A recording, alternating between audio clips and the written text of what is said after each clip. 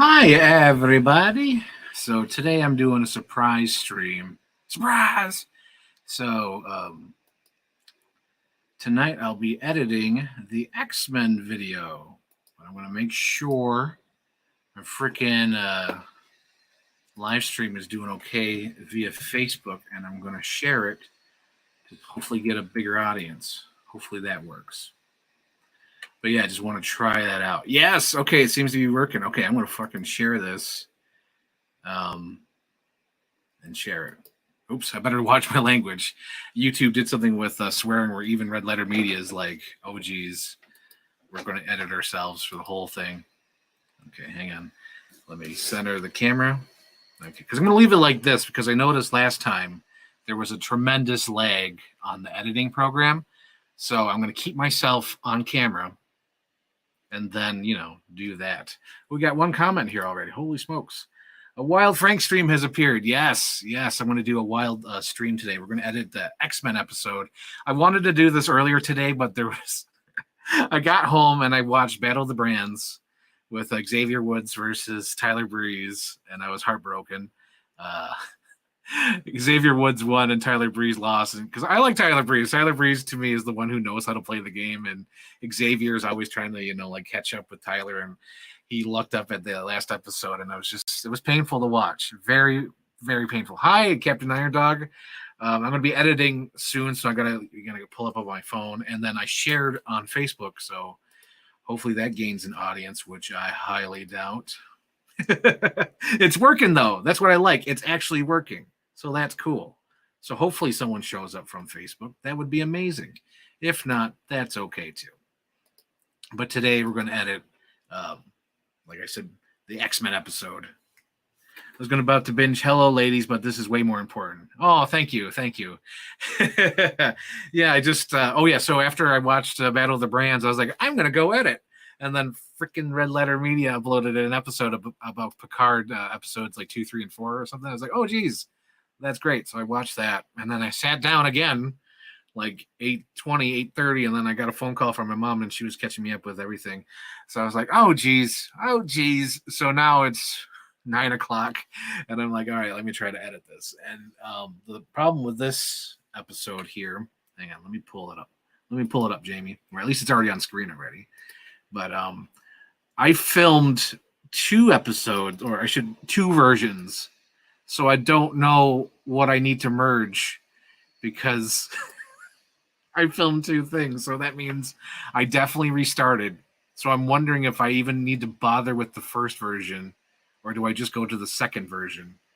So I'm thinking that right now. I might just go with the second version. Okay, I got a text here. What is this? Is it a text? No, I didn't get a text. Anyway, I'm going to pull up the live stream so I can look at the comments as they come up, because I can't have the comments on the screen as I'm editing. So give me a few minutes. Give me a second. Hold on, podcast. All right, where do I view it?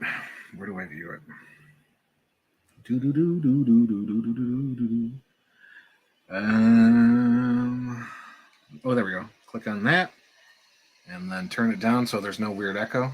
Okay, so now I could read your comments. Sweet. Okay, so your comments will be on my phone as I edit. So hopefully you guys can hear what I'm editing, because today, to save some room on my USBs, I'm using the microphone on my camera. So hopefully. X-Men, excellent movie, am I right? Well, kind of spoilers. I'm not really emotionally attached to the X-Men movies. It's they came to me later. Oh,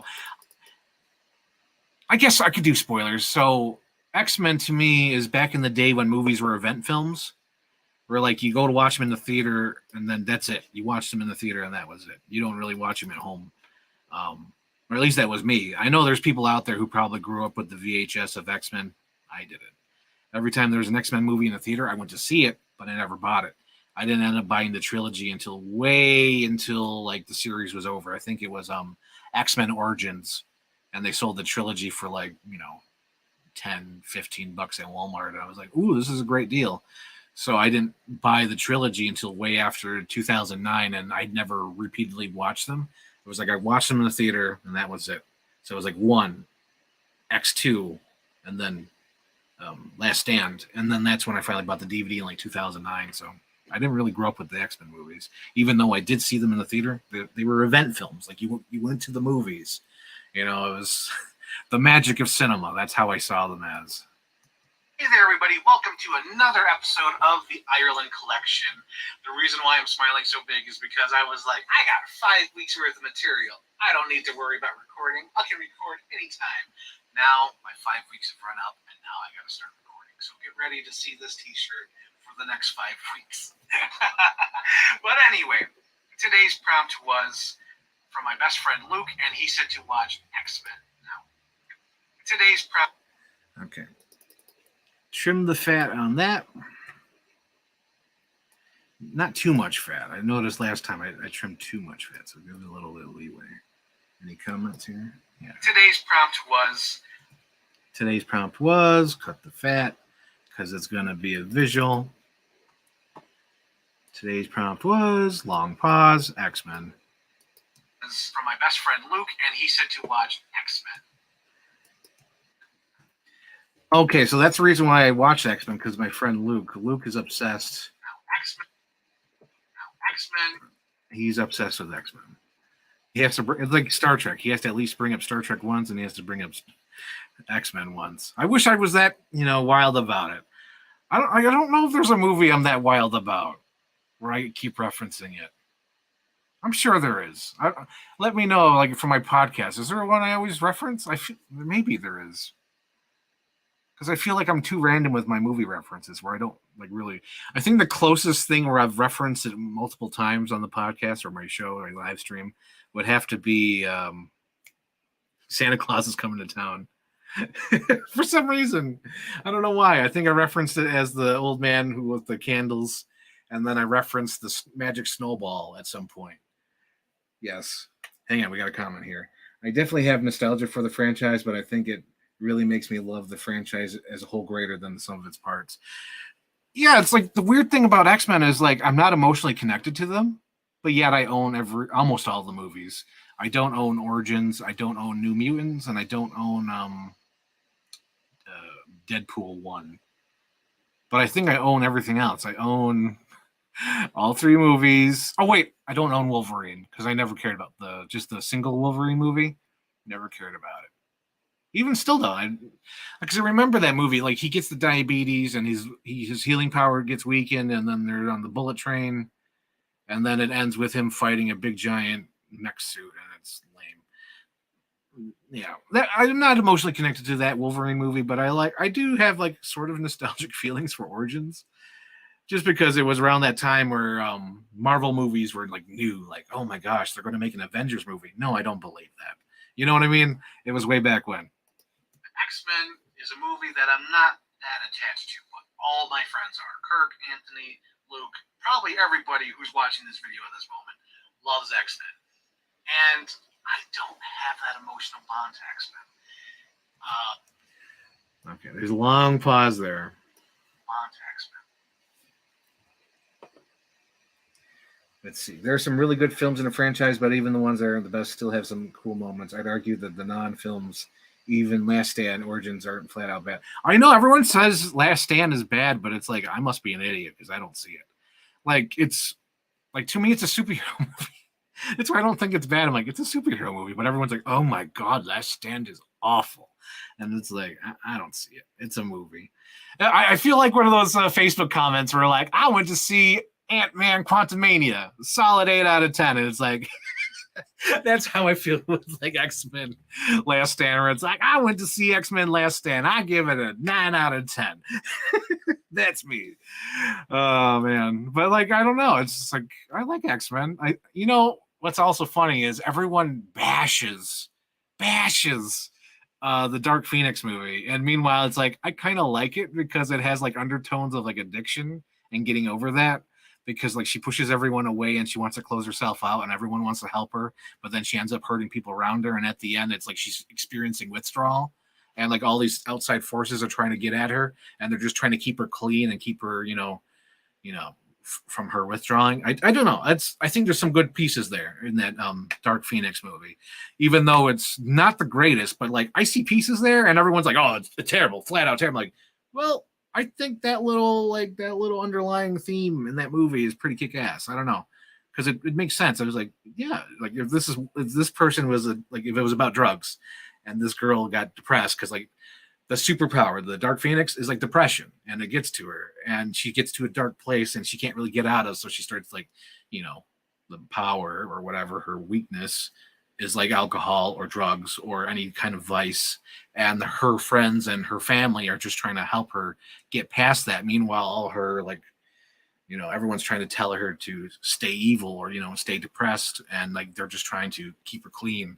And I don't know. I like it. I think Dark Phoenix has that underlying theme, and I can't say it's bad. I really do like the Dark Phoenix enough. Like, I know I joke like I give it 8 out of 10. Like it's like it's like a 6.5, 7. Like honestly, like that movie is not terrible as everyone seems. It's speaking of that, I know I should be editing, but this is interesting, and I know I won't be able to talk about it this weekend. So Creed 3. I'm finding the review so weird about Creed 3 because like everyone's like saying what they didn't like about it. It's like it's weak, uneven. It has things to say, but it's not that great. And they make it sound like it's a bad movie. And then at the end, it's like they have 4 stars. They gave the movie 4 stars, and it boggles my mind. It's like, well, if it's 4 stars, then what did you like about it? Why are you saying all these negative things? Like, why are you front loading that? And it just reminds me of like my Halloween 2 review. The original Halloween 2, not the Rob Zombie one, but like the Halloween 81, where I'm like, it's shit, it's crap, it's kind of boring, 5 stars. And all these Creed 3 reviews sounded like that. It's like, it's crowded, it's too much going on, the story's uneven, 5 stars. Let's see. We got comments here. You and me are the only ones Dark Phoenix. You and me, the only Dark Phoenix defenders, Frank. I've been in the trenches since day one. For real, dude. For real. Because even I said that. Like, I remember when it came out, I was like, dude, this is like about addiction. This is amazing. I love this movie. And like everyone was just like shitting on it. I was like, why are you shitting? Dark Phoenix, leave it alone. It's a superhero movie. I don't know. That's the thing. Like, I don't know how people view superhero movies because I kind of. Not to be too negative on them, but like I give them like a handicap because I don't. Oh God, because this is going to be recorded. I don't see them as real movies. It's like they have cushion. It's like they don't have to be good. They don't have to be great. They just have to entertain. Like that's their handicap. That's all they have to do. And if they entertain me, then they pass. And I feel like a lot of superhero movies just have to like pass. Like I remember a few years ago, I saw Ant-Man and the Wasp part 2, like the second one, and I didn't like it. I didn't like it at all, and that barely passed the entertainment value. It barely passed. I gave it like a 2.5. Yeah, you can watch that. It's PNF on Chief Brody Rules. I don't want to get into it and repeat my same opinion again, but like that barely passed. But like that's like the worst case scenario for me is like Ant-Man and the Wasp. But like the best case scenario is like shit, what's the best case scenario? What's like a 5-star superhero movie?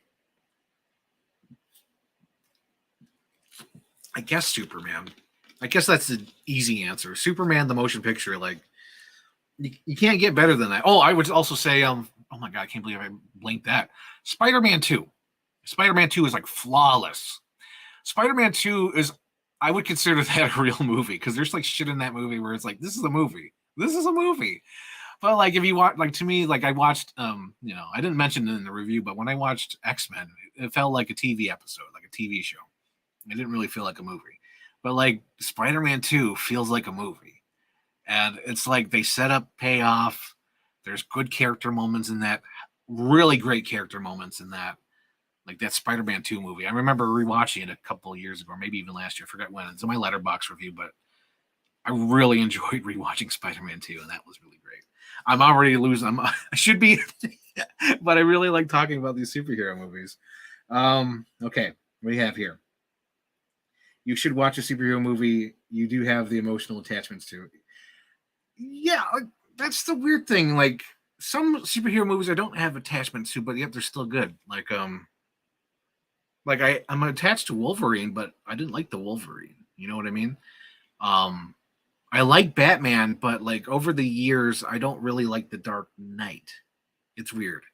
Like I think I've watched the Dark Knight too many times.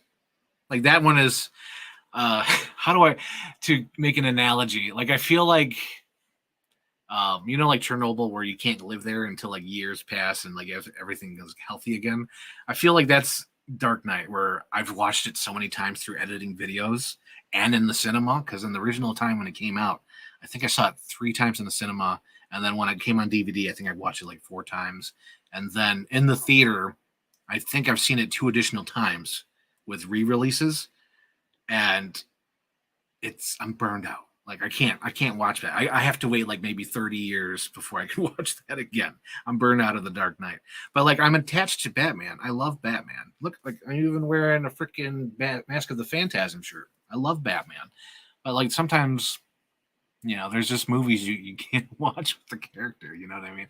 I don't know. I don't know how to explain it. Like I like even Spider-Man. I just said I praise Spider-Man too, but like he's not my favorite superhero. I don't know. I don't know. It depends on the movie. It depends on the movie, I would say. Like my repeat value, because there's a lot of superhero movies where I don't go back to. Like I haven't gone back to the Suicide Squad, the new one. I haven't gone back to it that often. I think I've watched it like 3 times, and that's it. Usually, if it's a movie I like, I would probably watch it more times. But like I enjoy it. It's fun. But I don't know. There's just some superhero movies where I should say there's unless the next movie's coming out, I don't usually rewatch superhero movies. I think I could easily say that. I probably only watched Spider-Man 2 recently because that Far From Home was coming out. You know, like it depends. That's the weird thing. It depends if the new one's coming out, if I repeat it. I think the only ones I watch on their own is like Superman, because there's sometimes where I'm jonesing for a Superman movie, so I usually watch Superman 1 through 3, one of those 3 movies, and then I usually jones for like a Batman movie, so I usually watch either Batman Forever or Batman '89, Batman Returns.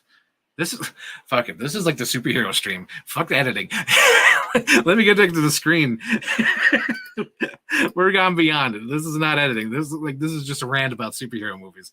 Let's move this thing back to center. So I'm trying to think. Like, let's dive in. Like, what qualifies for superhero movies? Like, let's go here. Okay, let me pull up some comments because now that I'm doing this, this is interesting. 100% agree. DP is more entertaining than most superhero stuff we got recently. Yeah, Dark Phoenix, because it has that underlying thing. I wish more superhero. I'm sure there's more superhero movies that have that, but I feel like more superhero movies are just like surface level plot. Like, I can't even say it because it's been a while since. I was just going to say like Endgame. Endgame is like basically like time travel shit going back, and there's not really that much depth to it. And it's also, I think the other thing that takes away from these modern MCU movies in general is that they usually retcon what the character had just went over. Like the example, Tony Stark. I feel like he has to learn to let go of his technology every movie. It's like, okay, I'm letting go of my technology. Oh, I'm letting go of my technology. Oh, I'm okay. I'm not gonna be overprotected. I'm gonna let go of my and it's like every time. It's every time, and I appreciate Tim Burton for at least trying, because Tim Burton was like, okay, Batman '89, Batman's crazy. He's just insane. We're going to focus on the Joker. And then in the second one, it's like, I don't know what to do with Bruce Wayne. I'm going to focus on Penguin and, Catwoman. And that's fun. Okay. Shane Ford says, I had the realization that we should have gotten a 90s or 2000s live action X-Men movie show, like a Buffy or Smallville. Yeah, that kind of seems like an easy thing to do at the time. Now, oh yeah, speaking of which, I have a smart TV and it like gives you like little previews, and they showed a preview of Superman and Lois, and they were like showing a clip from the show. I was like, geez, technology's gone far. It looked like a scene from a movie where he's like, Lois, and he's like flying through like a building or something. I was like, oh my God, TV shows. That's wild. Okay. But with a little more Star Trek sci-fi vibe. Yeah, exactly. Real talk, superhero movies are maybe the most it's time to grow up moment I had, where they had such a big part of my life as a teen, but as I got older, I felt nothing anymore. Uh, I don't know what happened to me with superhero movies. I think it was I was always anticipating the downfall. Like, no, this, no, no.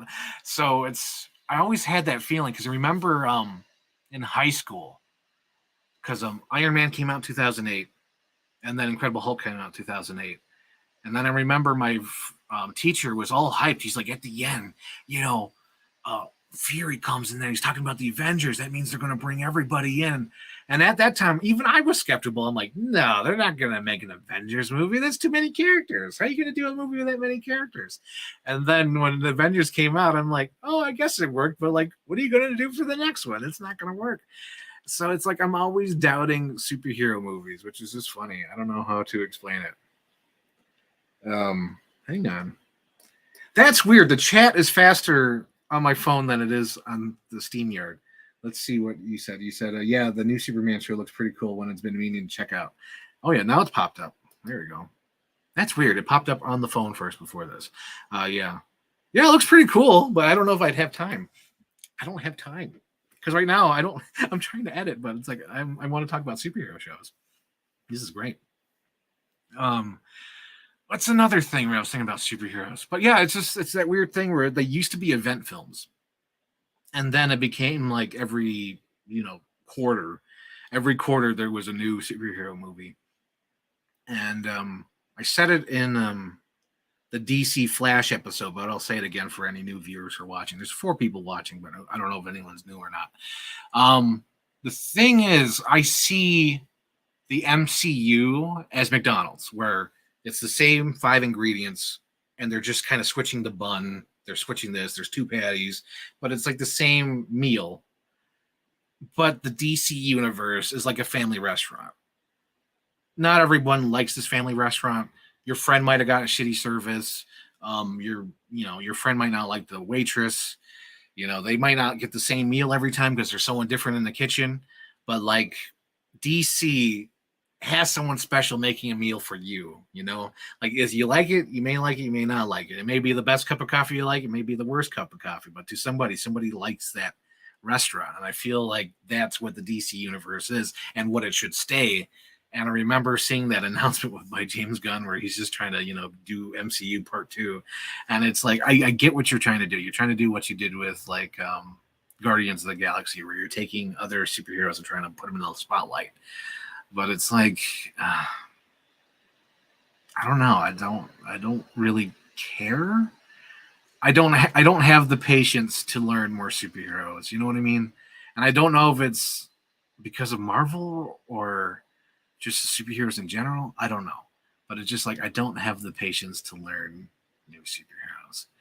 If anything, it's like I can handle Batman. I know Batman's rogue gallery. It's like, give me a new Mr. Freeze. I can handle that. Give me a new Scarecrow. I can handle that. I don't need another Joker. You don't have to give me another Joker. Hang on. Let me move my light here. I just noticed I look very sickly with the light right there. It was like, ugh. But hang on. I like how different it looks. Just moving it just a tiny bit. I'll leave it there. But yeah, let's see. What else you say? Yeah, that new Superman show looks pretty cool. Check it out. Honestly, are there really big event films anymore? No, there isn't. There used to be. There used to be a time where there was big event films. Because I remember like Terminator 3 was a big event film. Finding Dory was a big event film. Or at least at the time it felt like it. I remember there was a time where it was like, ooh, it's the new Denzel Washington movie. Like he had a huge run. Because I feel like it kind of started with like Training Day. And then there was Out of Time. And then like the wheels really started moving. Like I hopped on the train towards Manchurian Candidate. And then it was Man on Fire. Or I think Man on Fire came out. No, Man on Fire came out the year after. So it was Manchurian Candidate, Man on Fire. And then like the next year or close to a year after that was like Deja Vu. And like you followed the stars. You followed your favorite actor. And that went on for a while. It was like American Gangster. And then it was Taking Up Pelham 1, 2, 3. And I think towards the end where it kind of fizzled out was what's that vampire movie? Was it a vampire movie or was it just the apocalypse movie? where he's blind. I forget what it was called. I didn't see it in a theater, but I think I have the DVD. But you follow that actor, and I feel like as that went down, the superheroes went up. You know what I mean? So whenever those event films were, they kind of because I think even back in the day, the MCU of the late what do you call it, the late 2000s was like Judd Apatow technically, right? Because every year was like, oh, what's the next Judd Apatow movie? We got Superbad, we got Knocked Up, we got 40-Year-Old Version, we got Finding Sarah Marshall, we got Take Him to the Greek, we got all these Pineapple Express. It's like, what's the next, what's the next thing? And that used to be what it was, but now it's not that anymore. And oh, it's just, I kind of miss that era of movies where it was like, speaking of movies that you miss from that era, there's a new movie coming out called like Mafia Mama or something like that with Toni Collette. And that trailer is so silly. And brought me back. It brought me back to that time of the 90s where a movie like that would exist. That Mafia Mama reminds me of Analyze This. And I fucking love Analyze This. Analyze This is like one of my all-time favorite movies. And seeing that Mafia Mama just like cracked me up because it's a girl like who shouldn't like someone like in Hollywood's like, what do? We got to put like a housewife in the mafia world. That's funny. Let's do that as a movie. And I don't know how they got it made, but it felt like something that was plucked from the 90s, and it's coming out this year in 2023, and I think that was awesome. Okay. Going back to the comments, we have Out of Time is so freaking good. Out of Time is one I own it, but I haven't watched it a lot. But I do remember coming out. It had like Dean Cain and all that. That was cool. And then we have Book of Eli. Yes, that was the one I forgot. Book of Eli. And then never saw it. I think it was just called The Road Style. Everything has gone to shit apocalypse. Yeah. Mafia Mama will be the film of the summer. I know.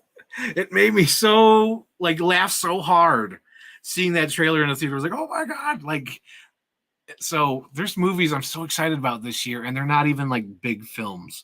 Like I'm excited about the Pope's Exorcist because I love what Russell Crowe's doing now. He's like doing exploitation films.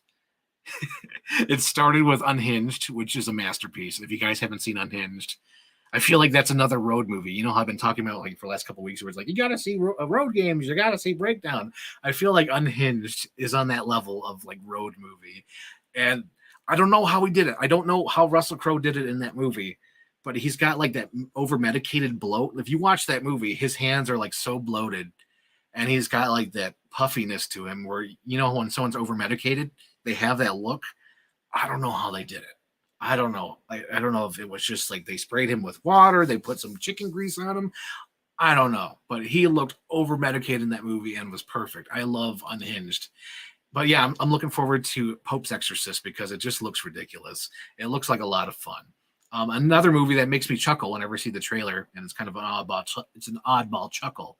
But when I see The Evil Dead Rise, and it's like in the hotel, and the daughter is at the little peephole, and the mom has like her eyes bleeding, and she's like, I want to come back inside.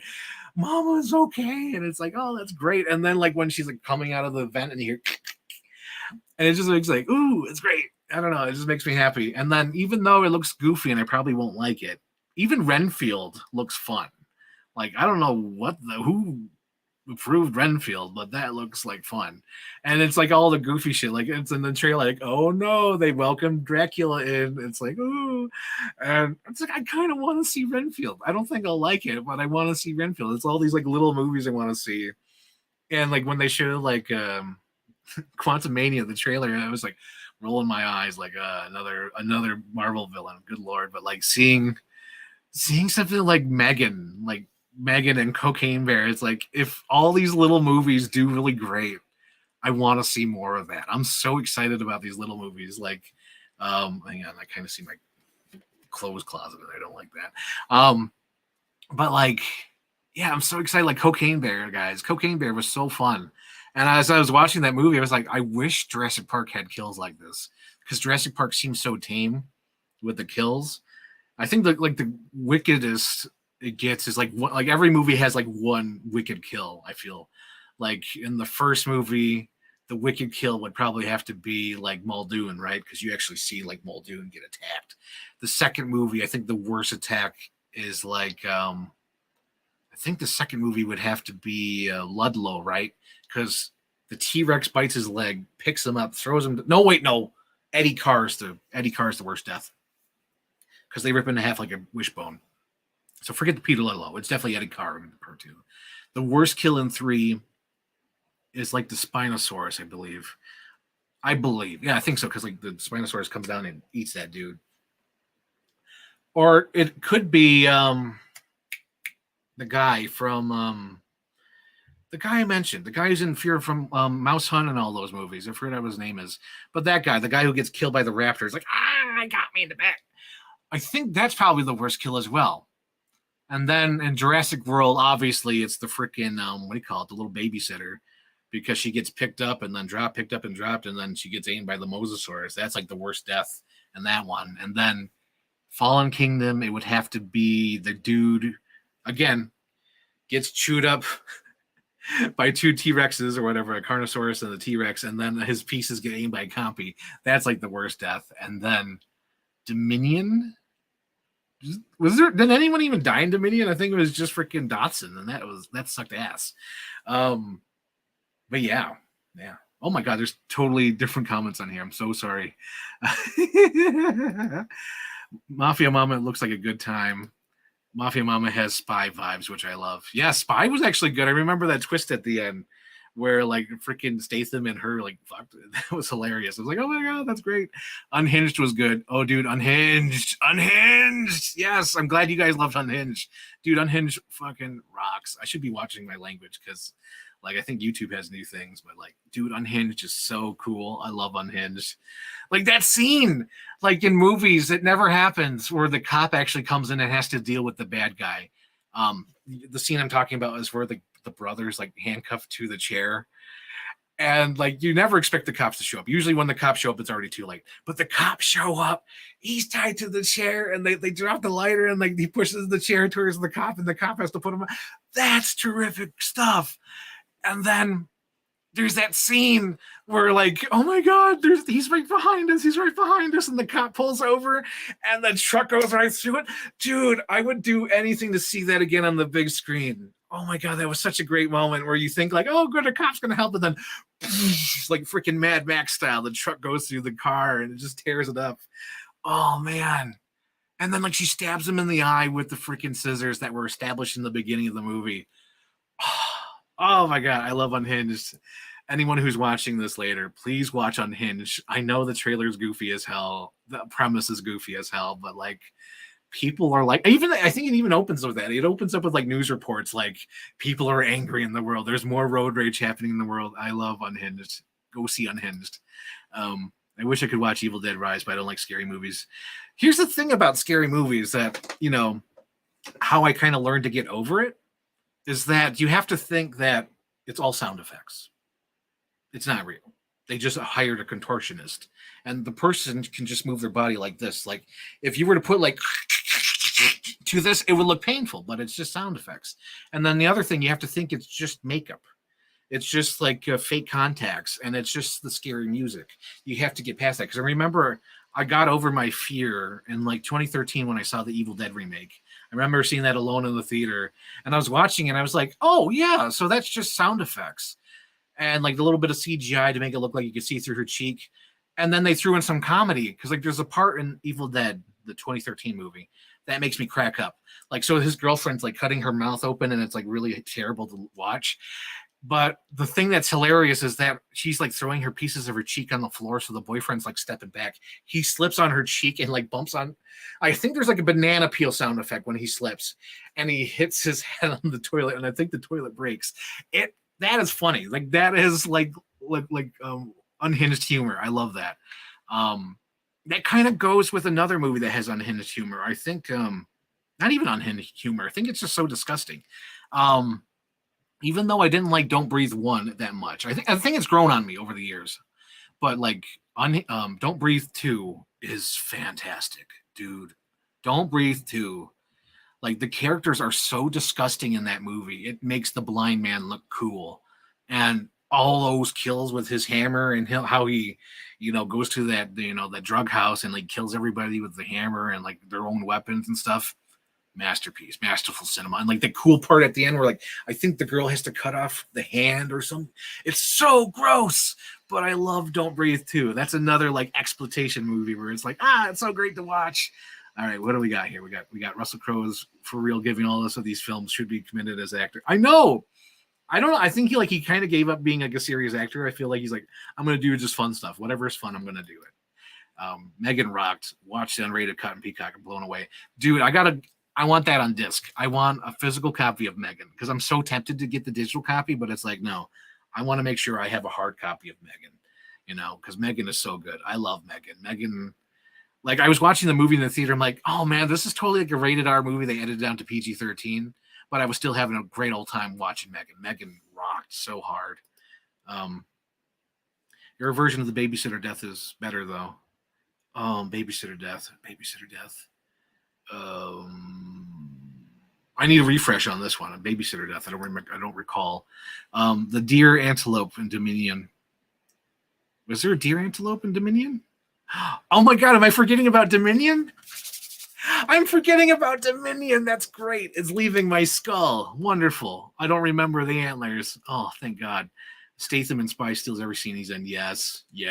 That shit was the brother's so intense, legit well done. Dude, yeah, it was. Because the cop's like, let him go. And like he's tied to the chair.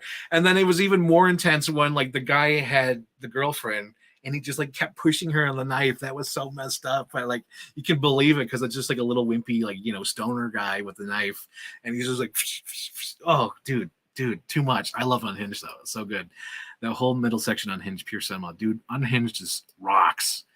Your face of fear horror films, Jane Levy, I understand.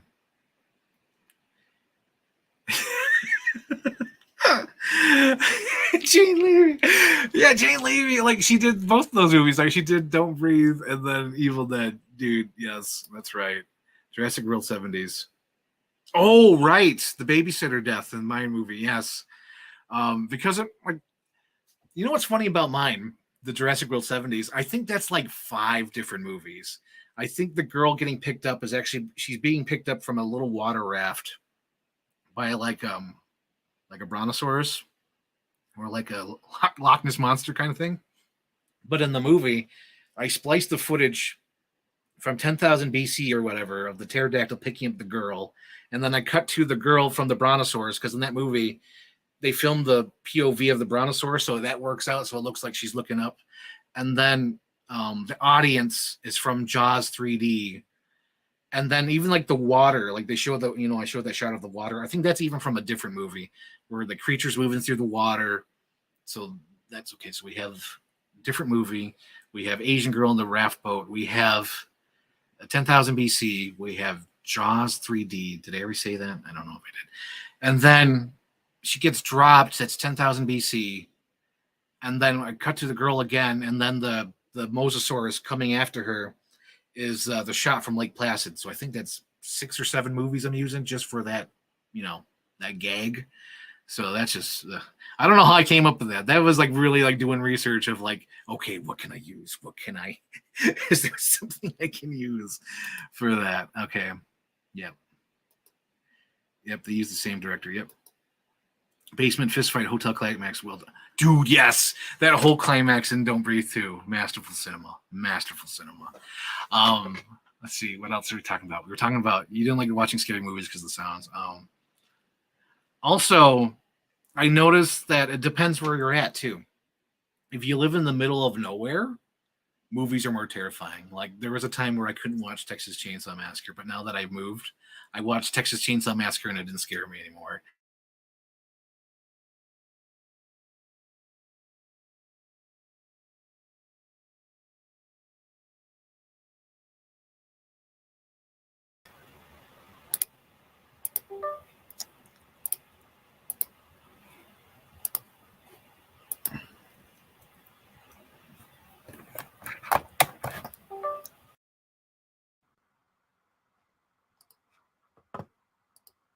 Okay.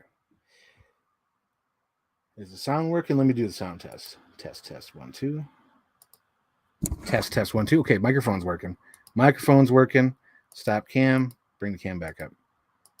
Okay, so maybe that cam's not working. Give me a second, guys, because the audio is working, but the camera is not. Well, maybe you have to unplug the thing. Oh no! Damn. Well, I guess that's fine, right? You just need to see. I guess you just need to hear me talk. No, pull this on screen so there's at least something on screen. There we go. You guys can still hear me? Let me know if you guys can hear me. Shane Ford, anybody? Can you hear me? Test, test, 1, 2. Can you hear me? Mark, can you hear me? Let me know if you can hear me. Speak to me, Mark. Speak to me. Anybody, let me know. Come on. Okay, you can hear me. Okay, good. So the camera died, Mark. The camera died. Great, great, great. Awesome. So Mark, we were just talking about horror movies. I was trying to edit, but then it got into like a big giant discussion about freaking superhero movies. And then I started talking about superhero movies, and then it slowly devolved into talking about awesome movies in the cinema. We were talking about how Mafia Mama looks amazing, and then how the Pope's Exorcist looks amazing, and then how Cocaine Bear rocked ass, and so did freaking Megan. Megan rocks so hard. So I'm excited about all these smaller movies. It's like, give me some of those. It's like, I want those. Those are amazing. But like everything else, I'm not too huge about anymore. It's like, give me the lower budget movies. Also, what do you call it, Mark? Mark. If you haven't seen it, you have to see Unhinged, because the chat has been saying Unhinged rocks. So hang on, give me a second here. I think I have an extra battery laying.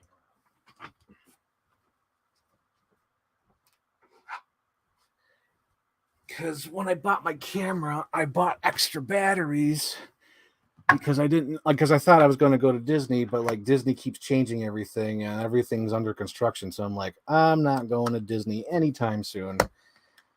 I thought I was, but there's like really no reason to go because everything is under construction, everything's changing, and I'm not one of those people who are like, oh, it's going woke. No, it's not that. It's just they're tearing everything down. They're tearing everything down. I feel like Avatar, where they're tearing down the Na'vi forest. Let's see if I can reattach the camera. Oh wait, I got to put the settings on for streaming. Streaming. Bloop, bloop. Bloop, bloop. And did I plug it back in? Plug it in. Oh my god, do they still do that commercial? I don't watch TV anymore. Do they still do that? Plug it in. Probably not. And then I'm gonna select. Maybe it'll change it. Nope. TV. Hopefully that works. Let's see if that works. Oh, add to stream. There I am. Okay, boom. Battery's working. I'm back on. I feel like Jurassic Park. It's okay. Let's see. It's exciting time in that regard, right? Renaissance of weird horror concepts, dude. I feel like we're in a renaissance of like weird smaller movies, and I feel like if they're successful, I feel like they'll beat out the superhero movies, because I feel like Ant-Man. I always say this for every superhero movie, but with like Ant-Man, like the severe drop off for the second week, and then it got beat out by Cocaine Bear, like a ridiculous movie. And its second week, it got beat out by Cocaine Bear. That's unheard of. And then like the biggest movie of last year, it wasn't a superhero movie. It was freaking old man Tom Cruise in a fighter jet. I feel like we might be in the beginning of a renaissance, and I'm kind of excited. Like I want to see, like I want more. Can you show me? I want more like these strangers like me. He's back. 10-4. Oh, good. You can hear me. 10-4, good buddy. Yes. Okay, so what else were we talking about? So I haven't seen any other trailers because usually, okay, here's the thing. So on the app, it says the movie starts at like, okay, we'll say 10 o'clock. Okay, the movie starts at 10 o'clock.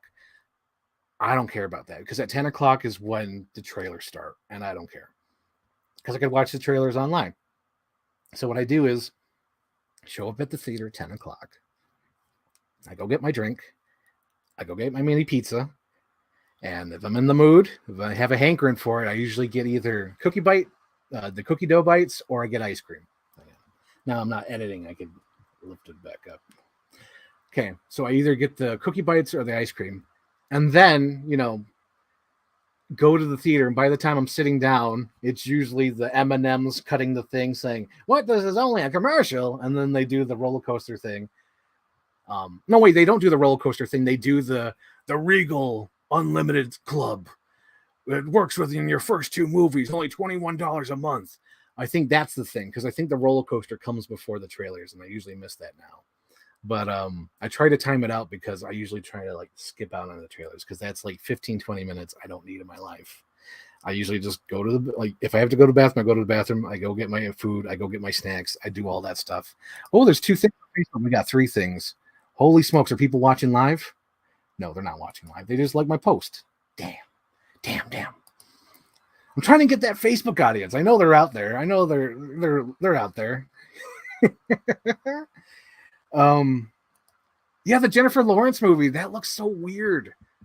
They finally adapted her 2 microphone thing where she went, and someone said, "Oh my God, we got to put that in a movie." Yeah, Jennifer Lawrence actually looks good in that movie. It looks like one of those weird 80s movies. And of course, freaking Ferris Bueller's in it. So it kind of even gives it that more 80s look. And you know what's so funny about the trailer?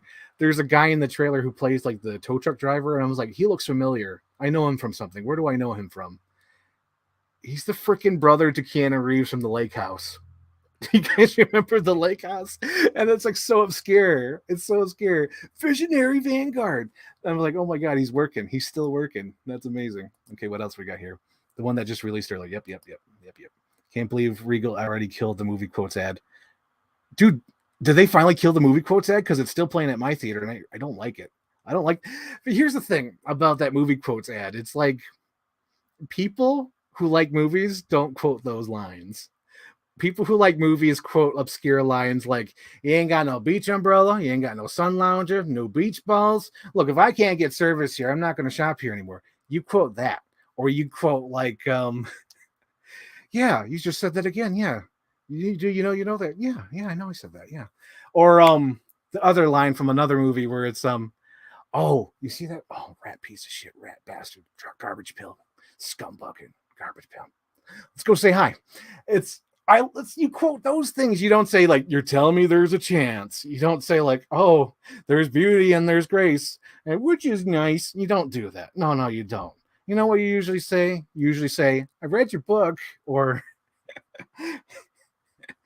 "I care." You say it like obscure lines like that. You don't say the big ones like, "It's not a purse, it's a satchel." You don't. No.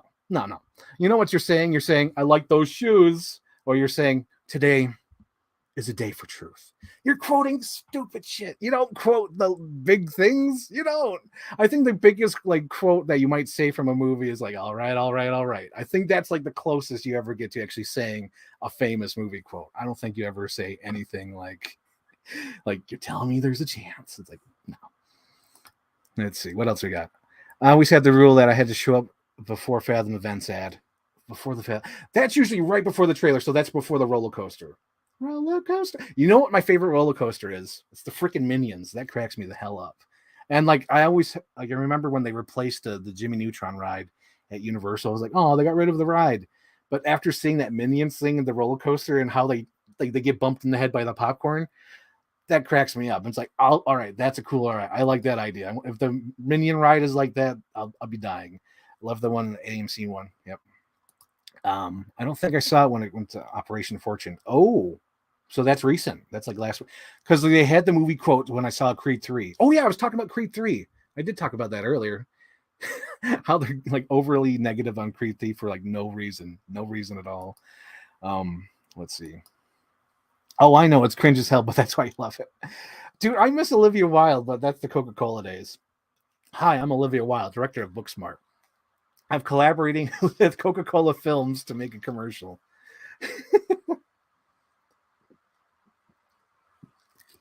So good. Remember back in the day where they had like I think they actually had like commercials. Like they had a commercial for Axe body spray. I remember that. And it was like the X-rated commercial because I never seen it before or since. It was before, I believe, Collateral. Like way back when, 2004. I remember, like, because the guy would change the radio dial, and then like when he opened the book, it made like the girl's shirt pop. I was like, what commercial is this? Axe body spray is not going to do that. That was weird. Roller coaster, say what? Exactly. Let's see what the comment was. We have, oh my God, Halloween guy photoshopped as one of the bridesmaids. Yes. Yeah, Sarah Miller just commented on the Facebook post for the bridesmaid thumbnail. That is amazing. Sheriff Howard telling us not to keep kids drunk fake. Dude, Mark. Oh my God. Okay. I don't know if you ever go to the Walden Regal, but they actually had like slideshows of like local pizza places. And I remember they had one for Leonardi's. And I remember like me and my family were like, we got to go there because the picture they showed on the screen before the movie, it was like a pizza that was just covered in pepperoni. You didn't even see the cheese. And we went to Leonardi's all the time before they closed. I think it's Leonardi's. I might be wrong, but it was at the Walden Galleria. And it was only at the Walden where they would advertise that. Oh my God. Mark, you must remember. Tell me you remember. Remember, Mark. Remember. Speak to me, Mark. Okay. Only scene I know from Final Destination. Oh, speaking of Final Destination, that just reminded me. I like the IMAX intros when they do the countdown, like 10, 9, 8. Those are so cool. I wish they would do that for more movies, but I kind of get it. It adds the hype to IMAX. R.I.P. IMAX. Oh, that's another thing. So, like, my 2 local theaters closed down. They closed down the IMAX, and then they closed down the really bad neighborhood Regal, which is, it makes sense why they closed that one down because there's so many, like, I think there's like gunfights there, basically. So they shut that one down. But I felt like little freaking, what do you call it? The mother to Alex Kentner going on the beach going, Alex. And then my theaters got destroyed because everyone on Twitter was like, oh, my Regal didn't close down. Oh, my Regal's fine. And then I go out there and I'm like, Alex. And then I see the little floaty floating in there, my IMAX theater, which is the famous IMAX theater that I saw The Dark Knight in. I saw The Dark Knight Rises at. I saw freaking Doctor Strange there last year. Oh, too bad. Definitely had nostalgia film era 2000s pre-show. Yes. Don't remember Leonardo's, but I remember Pasquale's and Elton's. Oh yeah, those are the ones. Those are the big names, Pasquale's and Elton's. But you don't remember Leonardo's? Oh, dude, the pizza, Mark, the pizza. You couldn't see the cheese. Oh my gosh. What was the line you said? It was like pizza. Oh, pizza heaven, right? Pepperoni heaven.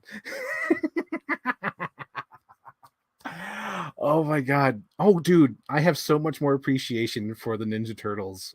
Oh my God.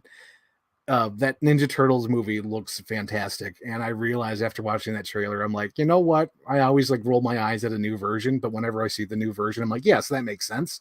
That works. And I think the Ninja Turtles are totally reboot proof. You can get rebooting that. You could do different versions. You could do different things, that and that. You could do whatever you want with Ninja Turtles. I don't care because it works every time, all the time. And I appreciate that. That's so good. Let's see. Pepperoni heaven. Leonardo's built-in TMT slogan. Well, the sad thing about Leonardo's, Mark, I'm so sorry, Mark, that you're too late. Apparently, during 2019 or even 2020, they closed down Leonardo's because the family, like the youngsters, the freaking millennials, they didn't want to take over the family business, so they had to shut it down because no one wanted to take over. And I'm like, oh my God, put the fucking cell phone down and put the pizza in the oven. Had a great multiplex close down a few years ago, reopened last year and closed down again after last month. Hard times. Dude, Mark, since you're from Buffalo, do you remember the Dollar Theater? Oh my God, dude, do you remember it? Do you remember the freaking light up hallways? Oh my God, what was it? I did a Facebook post all those years ago. I wish I could remember because there's like 3 locations that looked exactly the same. And the last one just closed down, I think in 2021.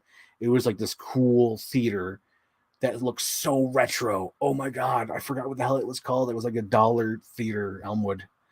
Oh, forgot. Damn. Let's see. Let's see if I could find it. Can I find it? I don't know. because I'm looking at my comments. They're so much faster. Okay, we got 100%. Put down the cell phone. Put the pizza in the oven. And we got Spider-Verse TMT feels like it should be the most cynical crash grab that that trailer sold. Dude, it should feel like a cynical crash grab, but that movie looks so like it honestly looks like people care about that movie. And it looks like it has a really strong creative vision. And I really like you could pause any moment in that trailer. It looks like a painting. Love it. Glass block windows. Yes, you recall. Yes. You remember, Mark. You remember. Yes, the floor had like a freaking like a sundial or whatever, and then they had like pinball games. They had the Elvira pinball. Yes, you remember, Mark. You remember, and they had the glass. It was so cool. They had like these little chandeliers over the food section. It was a miracle. We had everything. We had everything. Yes, with neon lights. You remember, Mark. Remember. I know you remember. Oh my gosh. Yes. That's so good. Mark remembers. Okay, so like honestly, I wish I could find these pictures. I know they're on my Instagram. Maybe nope. I have to log into my Instagram. Nah, it's lame. Maybe I could keep scrolling through my Facebook. Maybe I could find it that way. I don't know. Podcast. Oh, dude, even the Mario Brothers movie looks great. Like I wasn't 100% sold on it at first, but now it's like, give me some Mario Brothers. I'm into the Mario Brothers. No. Those are photos of me. No, I do not want to go through that. Oh, God. Do I really have the patience to go through all this? Oh, all these sunsets and selfies. I'm not going to, no. I'm only halfway through 2023, and I'm already rolling my eyes. I'm not going to do that. Leo really did have it all in the voice. Leo. Oh, my gosh. You're talking about Leo the turtle, right? Correct? Because I found that so hilarious when like the freaking I think everyone found it hilarious when the freaking sigh goes into his leg and he's like and then Leo is like, well, I'm gonna throw up. It's so hilarious. I love that. And seeing all that with them with the things, and I'm like, oh, the movie's gonna be about responsibility. I love that. I'm like, I already see it. Movies about being responsible with your ninja weapons. You can't play with them like toys. You have to be responsible. And I'm already down for that lesson because even the original Ninja Turtles was about family. It was wonderful. Oof, I feel you. Oh, when you're trying to find pictures where it's like, I'm not going to go through all these. I'm not going to do that.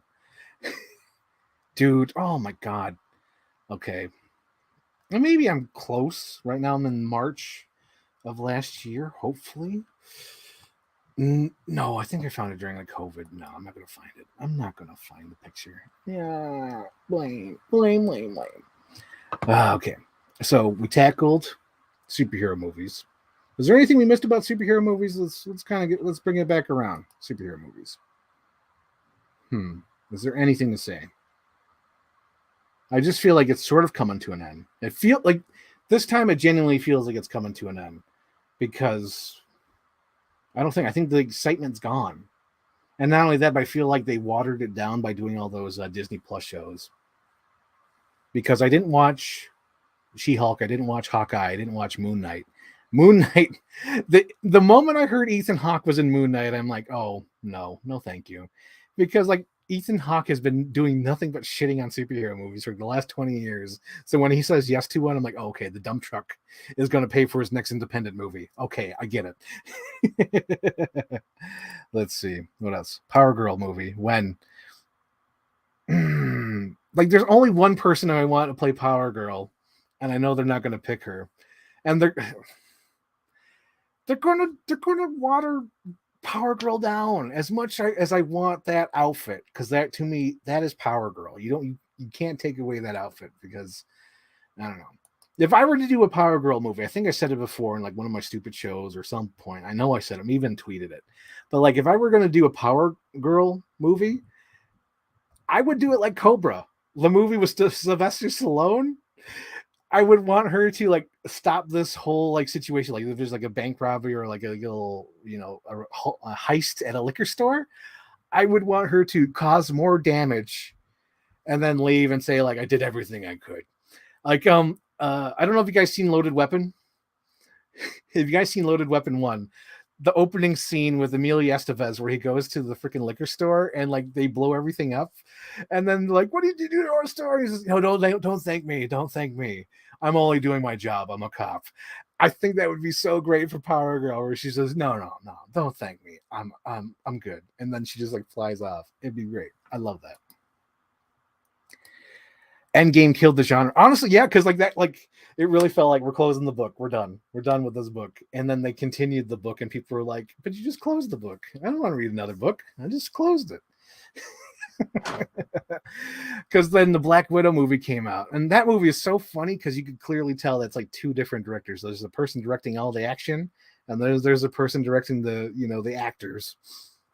Because there's a scene where freaking Black Widow falls from like a 10-story roof and like hits everything on the way down. And then it cuts to her like just getting up, like she just fell like from like 5 feet, like, oh, that hurt. Meanwhile, she like freaking pulled like a John Wick from John Wick 3 where he hits everything on the way down. And she just gets up like, I'm okay. And then later on, like the comical, it's like where her car like blows up and flips over and like it rolls down like the subway station and it starts going down like the road, and then they just walk, like crawl out and like they're fine. It's like Die Hard 5 level of stupidity. Because remember in Die Hard 5 where Bruce Willis, not wearing a seatbelt, is driving and then he flips over and he does like this huge flip over all these cars, and then he just gets out and he's like, I'm okay. And it's like, no, you're dead. You have a broken neck. You're dead. Without a doubt, Power Girl casting is going on the internet fire, dude. I know they would, because there's only one girl who's capable of doing Power Girl, in my opinion. She's got the look, but I don't know if she's got the acting ability, but she's got the look. And I feel like the look, hate to say this, I better not say it because this is recorded. They might come back to haunt me 10 years from now. They'll be like, you know what you said about the Power Girl? So I won't say that. Yeah, exactly how I felt the need to do it. Yes. It's got to be the female. Dude, I like how Will Smith keeps just like putting the stick in his own spoke and ruining his own career. I like how he didn't want to do sci-fi. He's just like, I don't want to be known for the sci-fi movies, but like every sci-fi movie he turned down became like the biggest movie ever. Could you imagine if he was in the Matrix movies? I bet they would be bigger than they are now. But those movies are definitely for Keanu. That's good that they went to Keanu. But like, he turned that down. Like, what a fool! What a fool! I'm gonna say he's a fool. And then like, why hasn't he done like a Hancock too? That seems like the most easiest like money. Like, it's there, take it, it's yours. They're not doing it though. I don't know why. Yeah. Power Girl needs to be like the female Hancock. Exactly. I'm still trying to scroll down. I'm only in 2021. Never gonna get to it. Never. Let's see. What's another thing before? Because I feel like I might get back to editing. But is there any other topics to talk about? Power Girl fan casting. Okay, I gotta find her though. I don't know her. Like, maybe find her Twitter.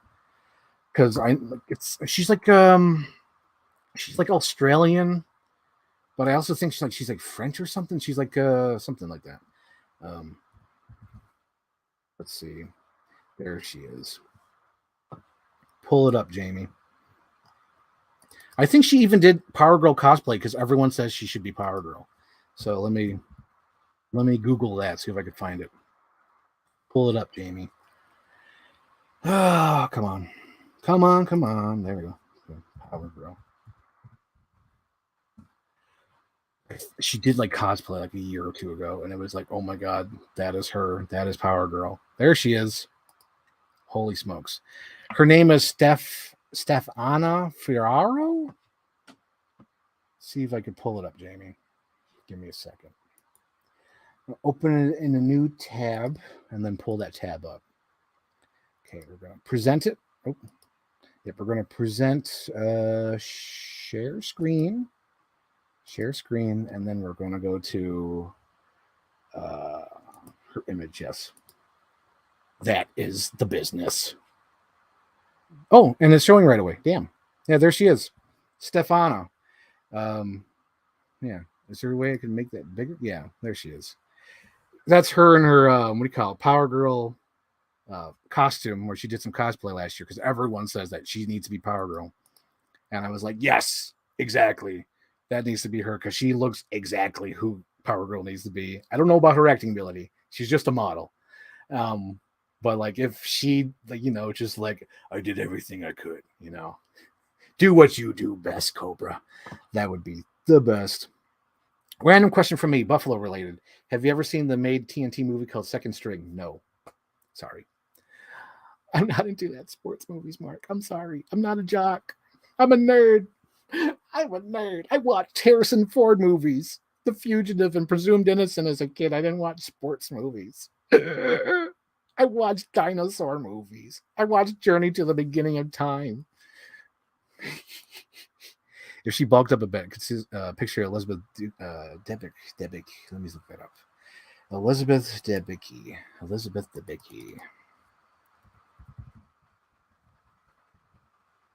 Okay, let's see this. Let's see who this chick is. Who are you talking about? Oh, dude. No, but she would really have to bulk up. She'd have to do like freaking Christian Bale bulk up. Okay, let's present that. Stop screen and present Elizabeth Debicki. Yeah, for those who don't know, Elizabeth Debicki is the girl from, what do you call it? She is from the movie Widows. And she was fantastic in that. And she's like an Amazon. She's tall. Let me find that goofy thing where it's like Elizabeth and Margot Robbie. Hopefully there's not for safe work images. Hopefully it's okay. Yeah, there we go. Yeah, she's like an Amazon. Look at that. Because I think Margot Robbie is like normal human, but Elizabeth Debicki is like freaking Amazon tall. No, I know you don't like sports movies, but this one has the Bills win the Super Bowl. What? Now that's science fiction, Mark. There's always, hang on, Mark, we got to talk about the Bills. Okay, let's talk about the Bills for a second. Let's talk about the Bills. I want to talk about the Bills. Okay. You know what I like about Bills fans? They're the best fans in the world because even if we lose a game, they always say there's always next year. There's always next week. That's America. That is the business. That is red, white, and blue. That is America. That is America, bro. Oh my God. Because there's so many, like when I did security, there were so many times where the Bills are almost losing and like all the fans like are in the stands and their eyes are watering and they're looking at the score and the Bills get that final score just to finally win. And everyone cheers and the things go up and all the fans go out, or what do you call it? The little flag wavers. They look like little Dr. Seuss characters running on the field with the Bills flags. And it's so great. That's America. I don't know what other teams are doing. I know they're not as great as the Bills fans because I did do security at a freaking Chicago Bears or whatever, though. Not the Bears. The Browns. Cleveland Browns. They were awful, Mark. They would take their freaking expensive hats, their little dog bone hats, throw it on the ground, and leave them. They would take their jerseys off and throw them in the garbage saying, we don't like the Cleveland Browns. And this is like second quarter, Mark. Not even like the game's almost over. This is like second quarter where they don't care. Bills fans do not do that. Bills fans will stay until the game is over. Unless the storm is bad and the Bills are like blowout third quarter, then they'll leave. But like fucking the Bills are America. Red, white, and blue. Just watched What Lies Beneath. Might be my favorite Harrison. Yeah, What Lies Beneath is underrated. That is underrated. Let's see. Windows is damn good. Dude, Windows is so good. I like at the end, like I think they almost like incorporate their because they have those little like sound voice changers. I think they almost like incorporate it to like the score, and it's so good because they're doing like the final score where they're like breaking to the safe. It's like it's so good. It's so cool. I love that moment. So great. Katie O'Brien for me. Katie O'Brien. Katie O'Brien. Let's see who you're talking about. Katie O'Brien.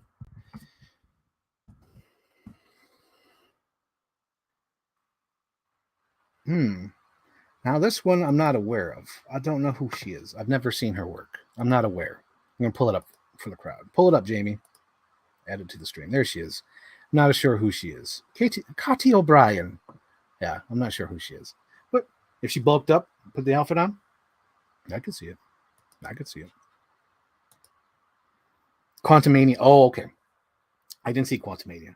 I can't bring myself to see Quantumania. I can't, because it looks like the same problems I had with Ant-Man and the Wasp, and I can't do it. I just can't. Not even out of curiosity. Fuck the Bears. Place that quote. Widows is the best heist film in the last decade, dude. For real. And that was like the beginning. Not the beginning. I feel like it's like right in the middle of the Colin Farrell renaissance. Like I feel like he's like slowly under the radar doing like great movies. And now this year, like he did like freaking. He did like the final knockout punch this year with like 4 different movies that were awesome. What, Mark? Where'd you go? Mark, we're talking about the Bills and you leave me. You didn't even respond to me, Mark. But like, dude, the Bills are the best. And I always get overwhelmed because I always think like, dude, if you're like Josh Allen on the field and you look in the audience and you see nothing but 17, that's got to put a weight on your shoulders. You're driving down the street, you see all these yard ornaments that say freaking Josh Allen. Dude, I can't imagine that, the weight of the world on your shoulders. Good Lord. She started a small show called Z Nation Sci-Fi years ago. That's another. I don't watch TV. I'm like Vincent Vega. I don't watch TV. But you're aware of television, right? And that they put shows on television. Yep, Farrell's so good in that. Dude, Farrell's so great. There was that movie, was it Killing of a Sacred Deer, where it's just like completely ridiculous, where it's like a dark comedy. Like the part when he puts like the blindfold on and he spins in the circle with the little shotgun. That is high comedy. But like the movie is shot like a freaking Kubrick movie. I love it. I love that movie. Yeah. Okay, so we talked about the Bills. We talked about superhero movies. We talked about the renaissance of new movies coming out. I kind of talked about even freaking Creed 3 made a huge bank. Cocaine Bear made money. And then freaking Creed 3 made like the most money for a sports movie. And that really shocked me because it said it was like the highest grossing of the series. So it outdid Creed. It outdid Creed 2. So Creed 3, like the audience is there for Creed, which I find amazing. And I was talking about that, how it's like one of the few movies that came out in 2015, legacy sequel, that didn't, fumble the ball. Because Jurassic World came out, love it or hate it. I know people don't like Jurassic World, but to me, it's like, for what Jurassic World is, it checked all the boxes. It revived Jurassic Park in a huge way. It, made dinosaurs cool again. And it did what it needed to do. It revived the series. There was that. And then there was The Force Awakens. And The Force Awakens came out. Everyone mostly liked it, but me, I was like, it's got to pay off. This movie had nothing in it. It's got to pay off. And then now, all those movies have had 3 movies. Dominion doesn't even resemble Jurassic Park movie. Rise of Skywalker had to catch up on 3 different movies because nothing happened in the first 2 movies. Like the first movie was all like, oh, maybe something happens. Maybe something happens. Last Jedi comes out. None of that stuff matters. Nothing matters. And then Rise of Skywalker comes out and says, we got to do something. We got to do something. And then Creed comes in. Like one of the best things in the series. First time director. Excellent movie. Great character development, because I watched the first Creed the other night and like he's grown so much, but there's still a through line. Like there's still like a line of who Creed is, but you could see where the character came from the 2015 movie until now. And that's fantastic. I love that. And I don't think people are being like, I think everyone's like focusing on the negative for some reason. I don't understand that. But like there's a great through line for that character from growing. And I think that's wonderful. And that's the only legacy sequel from 2015 that hasn't fumbled the bag. And that's so good. That's so great. Let's see. I was laughing out loud at theater during the Sacred Deer. Yes! That's so great. I love that movie. Unironically, Farrell Great's great performance in Dumbo. Dude, everything. I freaking love Dumbo. I've only seen it once in the theater, but I love Dumbo.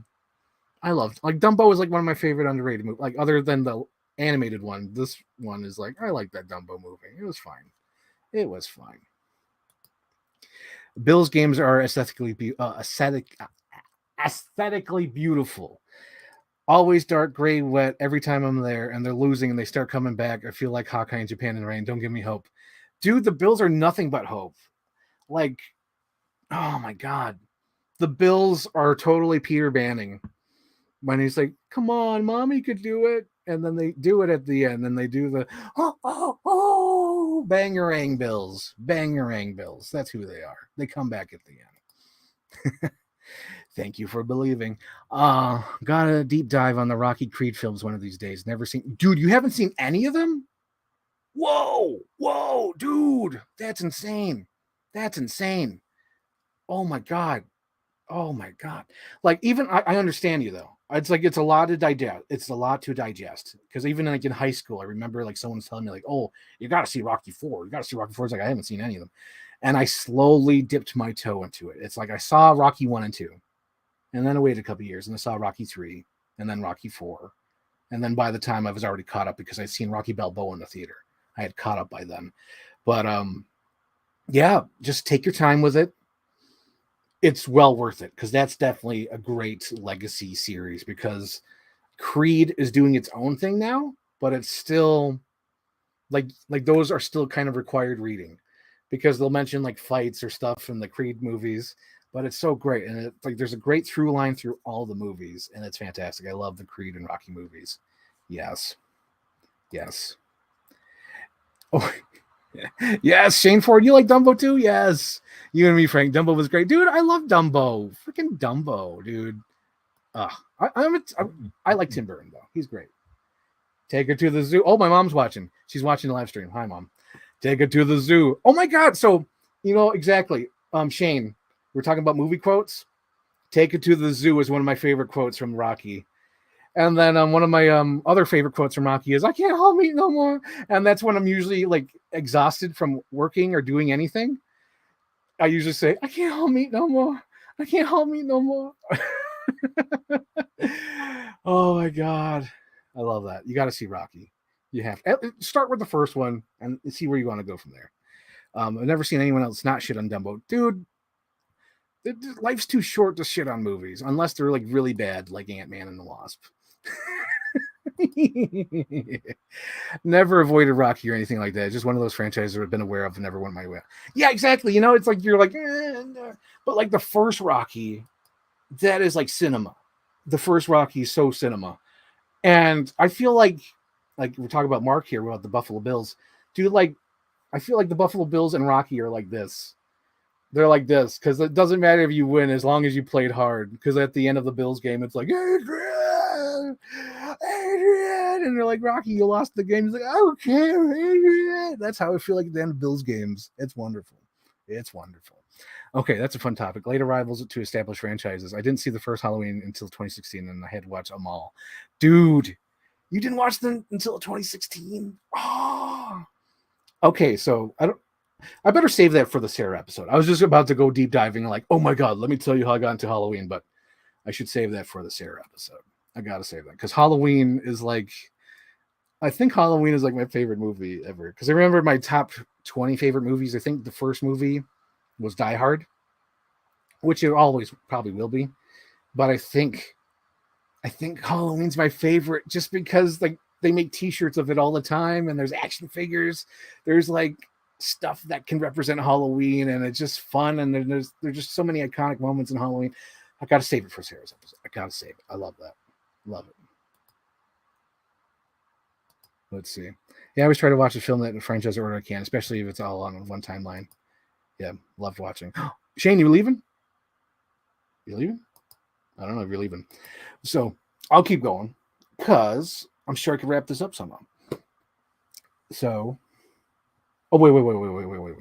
We got Shane Ford. He said, love watching the Rambo franchise order right before Last Blood.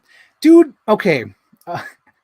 Speaking of Last Blood, that made me so sad because okay, so Rambo is probably secretly close to me as like the Lake House or something, where it's like I don't talk about it often, but it's close to my heart.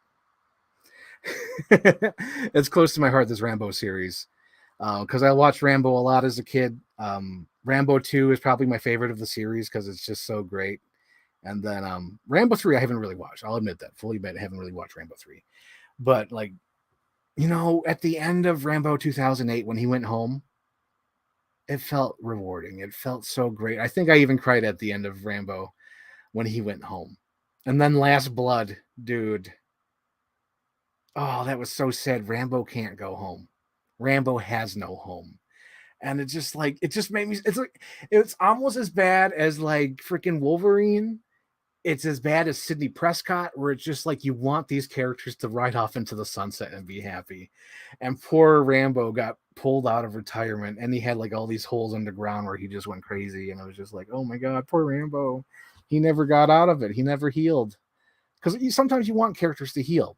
Because I remember at the end of Die Hard 3, I wanted Bruce Willis to get back with Bonnie Bedelia, but he never did.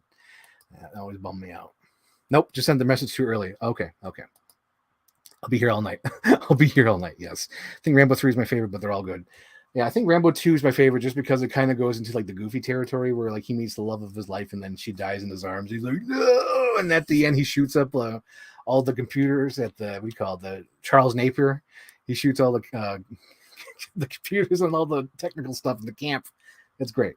He's just like, oh, it's great. And then he blows up the helicopter with like a bow and arrow. That's cinema, dude.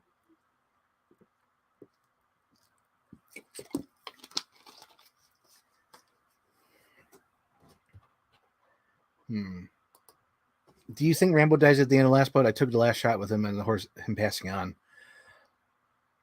No. I just saw him as like he can never go home. He'll always be on that lonely road. I didn't see him as dying. He'll always be Rambo. Yeah. That really bummed me out. That is almost bumming me out on the level of Ghostbusters Afterlife. Where it's like Ghostbusters, you can never go back because Harold Ramis is dead, and like Rambo, it's like you can't go back now. His home has been blown up. Yes, Rambo 2 rules. But dude, you gotta see Rocky. You gotta see Creed. Man, I rewatched Creed the other night, and like there's some great moments in there, like the scene when they're just talking and they're like bobbing back and forth, and the camera just goes around them. There's so many great long takes in Creed that I loved. Like the first boxing match Creed has, I think that's all one shot, and it's so well choreographed. I don't know if there's cuts or any edits, but it's so well choreographed. I can't tell. It's not like 1917 where you see like a CGI guy go here, or you actually see like them stitch in there. That's what took me out of 1917. I couldn't fully enjoy 1917 just because I was looking for all the transitions, and I'm pretty sure I've seen them all. It's like you have the cut between the, when they whip the camera, they cut there, and then they cut when they hit the black, and then they cut when they crawl up. And yeah, it's like it took me out of it. It's like, yeah. Oh, let's see. We talked about the Bills. We talked about horror movies. We talked about Mafia Mama. We talked about Rambo. We talked about characters that need to move on. I feel like there's other characters that need to move on. I'm sure I'm thinking of it. Maybe not. I'm not sure. What are we clocking in at? What are we clocking in? We're clocking in at 10:30. Here we go. We got a question from Mock. Got to punch out. But one final question. Have you seen Midnight Run? Mark, have you not watched Paige and Frank at the movies? Oh my God, Mark. We saw Hitman's Bodyguard, and I was like, this movie sucks because it's just a terrible remake of Midnight Run. Midnight Run is fantastic. Shane Ford, have you seen Midnight Run? Please tell me you've seen Midnight Run, because Midnight Run is fantastic. It's got Charles Grodin, Robert De Niro, and I believe it has Yaphet Kotto. I believe. I better look it up. Pull it up, Jamie. Yaphet Kotto. Hang on. Midnight Run. Dude, Midnight Run rocks. Like, I actually want to get the Blu-ray or 4K, but it's like, I know I don't need the Blu-ray 4K of Midnight Run, but I kind of want to, just because I like, whenever I see them cleaned up, like 70s movies or 80s movies cleaned up, they just look great. It's like watching it in the theater. I love it. Midnight Run has Yaphet Kotto. Yes. Dude, Midnight Run rocks. I think it's my favorite movie. Yes, Mark, that is a terrific, great favorite movie. There's so many great moments in that. Like right now, the moment that's popping in my head is when Charles freaking Grodin is like, okay, we're coming in here and we're investigating fake $20 bills. Do you have a 20 in your register? And he takes the pencil and he erases it and he's like, yep, these are fake. And then Robert De Niro's doing the same thing. These are all bad. These are all bad 20s. I love that stuff, dude. Oh man. Midnight Run, and like the scene when they take like Robert De Niro, like the dude in the backseat of the FBI car, and all the FBI agents have glasses, and he looks at everybody and he puts his little brown shades on. He's like, oh, doing the Robert De Niro thing, dude. Midnight Run. Ah, yes, yes. These are all bad. These are yes. But Mark, I highly recommend. I will probably tweet it to you tonight. I'll tweet you the link to the Paige and Frank at the movies, where like I said like this is a Midnight Run. This is not Hitman's Bodyguard. This is Midnight Run. And Midnight Run did it better. It's funnier. I say it looks like I'm walking by myself all the time. Yes. Oh man, maybe I won't go to sleep tonight. Maybe I'll watch Midnight Run. I should be watching Planet of the Apes. I should be watching Bridesmaids. I should be editing, but no, I'm going to say, you know what? I'm going to stay up to 1 in the morning and I'm going to watch Midnight Run. Oh, my Lord. Okay. I'm going to Facebook to see anyone's watching it. Has the live link done anything? Anything at all? I want to see. Does it even tell me if people are watching? How do I find out? Only got one person watching on Facebook. Okay, so I guess like that's just not gonna do. Talking obscure lines. I always quote Midnight Run when I'm at a diner. Ask how much is the tea? I'll have the tea. Oh my god, dude, Mark, I have like this inside joke of obscure references. So there's a Marx Brothers movie where it's like they're all stuck in the boat, and it's a movie. Okay, Marx Brothers movie called Night at the Opera. The Marx Brothers are in the room and they start ordering eggs and food. And Harpo keeps going, honk, honk, and it's like, and 2 hard-boiled eggs. So whenever we order something at a restaurant, we always say, and 2 hard-boiled eggs after everything we add. So like, well, blah, blah, blah, blah, and 2 hard-boiled eggs. And then they repeat the order and then we say another 2 hard-boiled eggs. It's so funny. I remember there was one time where someone actually believed us and they're like, oh, you want hard-boiled eggs? We're like, no, we don't want hard-boiled eggs. It's a joke. It's a joke. No, I can't pull up Midnight Run on my computer, sadly. I can't. It doesn't have disk capability. Okay, Shane Ford going all Captain America. I could do this all day. Dude, oh my God, I should go on a rant about that. I should talk about that. Yes, live commentary Midnight Run. I should put it on the list. I'll put it on the list for an episode. I probably might do that. Mark, we should do that. Mark, can we do an episode? I want to book you. I want to book you for my show. Get a computer, buy a cheap webcam. We're going to do live commentary on Midnight Run. That Marx Brothers scene is an all-time class. Dude, I love Night at the Opera. Forget Midnight Run. I'm going to watch Night at the Opera tonight. No, I'll probably just watch like Red Letter Media again tonight. Oh my God. Night at the Opera is one of the best. Yes, please. Yes, Mark, get a webcam. Mark, get a safe. No, you don't have a safe. Get a safe. Yes, that's another obscure quote that I like. You know what? You get a safe? Yeah, you don't got a safe. For those who don't know, that's from Back to the Future Part 2. Oh man, but yes, Mark, we should do it. Putting Mark to the challenge. Sunday night stream, we watch Midnight Run, and we're just going to talk over it and talk about the Bills. Oh yeah, Mark, I don't know if you know this.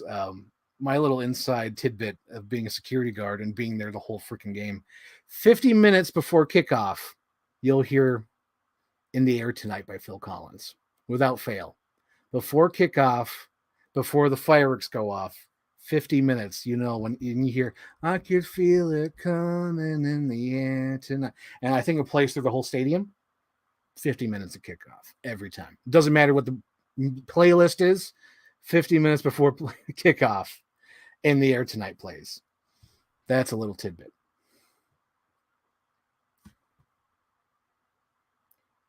Hang on, the comments coming up, Shane. It popped up on the thing, but I want to make sure I pop it up on the screen. Yes, 50 minutes before kickoff. I think it's like some built-in security thing. I think it lets people know, like, okay, 50 minutes before kickoff. Yep. Because I remember I did security and I'm like, oh, In the Air Tonight. I like In the Air Tonight. And I looked at my watch and then the kickoff happened. And then it happened like 3 or 4 more times. I'm like, okay, In the Air Tonight is the 50-minute mark. We got to get these people in. Because whenever I heard that, I was like, okay, I got to one faster. I got to check these people. Have your medal out of your pockets. Have your medal out of your pockets.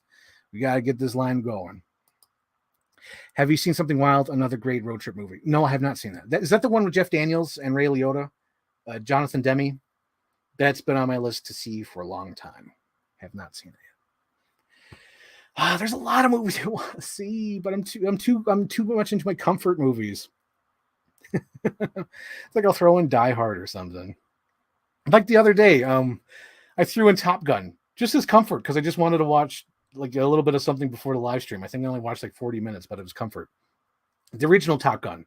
So like it's like going like I was introverted. And then it has Goose. Oh, dude, like just seeing Goose, it's like, oh, that's the other thing too. I found it so sweet that even back then, even though Maverick is like, he doesn't seem like he cares. He cared about freaking Anthony Edwards. Oh, not Anthony Edwards. Freaking, what's his name? Dennis from Christine.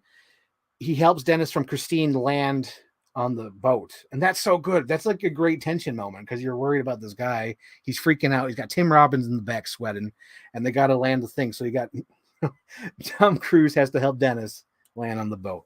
Awesome. I love that movie. Let's see. Crockett and Tubbs showing up to the game. Crockett and Tubbs. Miami Vice. Okay. I'm short-circuiting. Crockett and Tubbs, I know that's from Miami Vice showing up to the game. Damn. Is this? Oh, you're talking about that movie. Yes. So you're talking about what do you call it? Into the Wild or whatever. Not Into the Wild. What the hell did you just call it? It was something else. Where is it? Oh, Something Wild. Yes. One of Demi's best films. Dude, Demi's so cool. Like Demi's cool. Like I haven't talked about it yet. I'm sure I'm going to do an Ireland episode, Ireland collection, but I really love. Oh, you're talking about freaking Miami Vice. Oh yeah, okay, I got you. I was like, I'm like Crockett and Tubbs. I'm like, are you talking about Something Wild? No, you're talking about Bill's Games. Yeah, that makes sense. But what was I saying? Oh damn, you just. Oh no, my feeble alien brain. What was I just talking about? No, my monkey brain. No, I lost the train of thought. Oh no, guys. Oh no. What was I talking about? No, I'm an old man. I pulled the Phil Dragish. I forgot what I was talking about. No. Oh man, Jonathan Demme. Oh yes. Okay, yes. I was going to do an Ireland collection video on this at some point, but Silence of the Lambs. Dude, Silence of the Lambs is fantastic. That movie's like family to me. I love it. Hannibal Lecter, Clarice Starling, Barney, Dr. Chilton, freaking dude. Okay, that's another obscure reference that me and my family always quote. We always quote because whenever we ask for details, like if we're going to an event, we need details. We always say, if he's sketching, what's he sketching? That's one of our favorite Silence of the Lambs lines. If you go there, if he's sketching, what's he sketching? But dude, Silence of the Lambs is awesome. I love the use of close-ups. I love the editing. I love the character actors in there. I love like the weird ones, like I heard he's some kind of vampire. That's so good. And they have like Charles Napier again from Rambo 2. He's in there with a little tray. And then oh god, the other one where Clarice is like, go on now. And then they have freaking Bob from Batman. Bob from Batman is in Silence of the Lambs for some reason. Oh, dude. Speaking of Bob from Silence of the Lambs, another obscure movie quote that me and my family always uses: "A rabbit laying down." If you remember, there was a movie called Wild America. The guy who plays Bob from Batman says that because they're looking at clouds in the movie. He's like, "That's a rabbit laying down." Haven't seen that movie in years, but I always quote that with my family because we always have that. We're like, it looks like a rabbit laying down. Yes. No, I have not. I have not seen The Last Embrace, Ford. I have not. I'm a terrible fan. Silence of the Lambs all-timer. Like, dude, Silence of the Lambs is like a freaking stopwatch. It's so perfect. Like honestly, it bothers me like when other movies try to steal it because they never steal it good enough. And I'm being to be more specific on what I'm talking about of stealing it and not being good enough. So there's a scene in The Batman with Robert Pattinson where he's on his phone and he's trying to call his house, and the little old maid is doing like a freaking like Abrams, a Zucker Brothers movie, You know, she gets over the phone and goes, hello. And he's like, Alfred, you gotta save Alfred. Oh, something bad's already happened. And it's like the mixed editing. They try to do the Silence of the Lambs editing. You know, when Clarice Starling's really at Buffalo Bill's house and the FBI's at the wrong house. They try to do that with the Batman, and it didn't work as well. And it was like, you can't do it. You can't do it when it's all goofy, like a Zucker Brothers joke where the old woman's going to the phone and going, hello. And then freaking, it looked like freaking Peter Pan. You know, in Peter Pan, when he gets the package from Tinkerbell, but it's not really from Tinkerbell, it's from Captain Hook's gang. It was exactly like that because he reads the note and he has to throw the bomb. It's like, geez. But yeah, like Silence Lamb is the goat, and whenever someone tries to steal from it, it's awful. Unless you're The Office when they did the face gag. He says, I never believe Silence Lambs, but that is very realistic. I love Silence Lamb joke in Clerks too. Goodbye, horses. Yes. Let's see. Silence Lambs is great. Red Dragon isn't good, but I quote it more. Every time I pick up my brother, ride with me for my pleasure. Dude, it's been a while since I've ever seen Red Dragon. It's been a while. I do remember liking it. And I did read the book in, I was going to say middle school, but it wasn't even middle school. It was like grade school.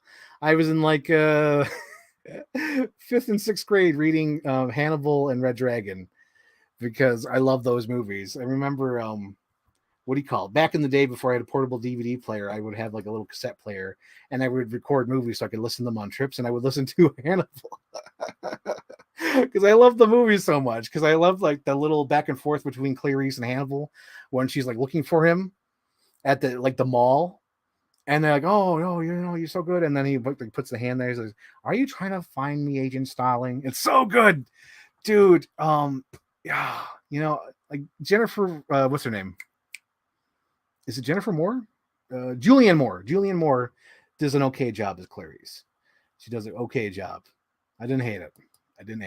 Red Dragon is very good. Dude, it's got freaking, what do you call it? Jack from Fight Club. Of course it's good. And then it even has like the Marvel ending where it's like, we have a young FBI agent who wants to see you. And he's like, what's her name? And then it goes to black. I do remember that part because that stuck with me because I remember when Red Dragon came out, I remember being hyped like, oh, he looks the same because he had like the slick back hair and he's all Hannibal Lecter. Dude, I remember when Hannibal was announced, the TV show, and I didn't think anybody could top Anthony Hopkins, but I was sorely mistaken because Mads Mikkelsen is a great Hannibal. Terrific Hannibal. No worries at all for not seeing certain films. I'm totally the same way where I have so much to see and I got to get around to it eventually. And I just remissed if I didn't ask. Oh, yeah. You always got to ask because like the upcoming weeks are going to be booked, so I won't be able to react to the audience like I am now. Because this weekend is going to be more about interviewing Pinland. I don't really know him personally. I don't listen to his podcast, but I follow his feed and I watch him like do like remixes so far. But like I'm so interested. I want to know how he got into movies because that mindset reminds me of me. Because he'll put like movies from like 1930 and like 1970 together, and that is amazing. And that's how I kind of see like mashups. Like I just explained, like the Batman, how it steals that, and like Peter Pan, how it steals that. It's like I see these connections, and he sees movies the same way, and I want to know like what got him into that. Like how does he see that? Because there's so many connections he makes, and it's like wow, that's awesome. So that'll be that, and then next week is Sarah, so there won't be much interaction with the audience. We'll be talking about Halloween and Bridesmaids, and then the next week is Planet of the Apes with Richard Jackson, which is going to be fantastic. Because I was thinking, like, who can I have on my show? I was like, oh crap, I gotta get Richard Jackson on my show. So I'm gonna be talking to Richard Jackson, and then I'll be talking to Luke.